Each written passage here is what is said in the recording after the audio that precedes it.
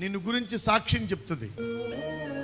నీ ప్రవర్తన నీకు ఆశీర్వాదాన్ని తీసుకొచ్చి పెడుతుంది.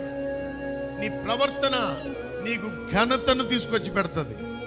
నీ ప్రవర్తన నీకు అతిథి మర్యాదలు కలిగేటట్లుగా ఆ ప్రవర్తనే నీకు నిన్ను గురించి సాక్ష్యం చెప్తుంది. నువ్వు ప్రవర్తించిన ప్రవర్తనకే తగిన ప్రతిఫలం వస్తుంది. మనం ఎలా ప్రవర్తిస్తామో అదే, మనం ఏమి విత్తుతామో అదే కోస్తాం. ఏ మర్యాదనిస్తామో ఆ మర్యాదనే పొందుకుంటాం. మనం ఎలాగా ప్రవర్తిస్తామో ఆ ప్రవర్తన. రూతు జీవితంలో చూస్తాం మనం ఆ ఆశీర్వాదాన్ని. బోయజ్ అంటాడు ఏమని, నా కుమారి నీవు ప్రవర్తించిన ప్రవర్తనకు యెహోవా నీకు ప్రతిఫలమిచ్చును.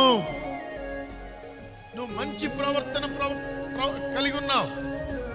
నీవు ప్రవర్తించిన ఆ మంచి ప్రవర్తనను బట్టి నీకు దేవుడు ప్రతిఫలం ఇస్తాడు.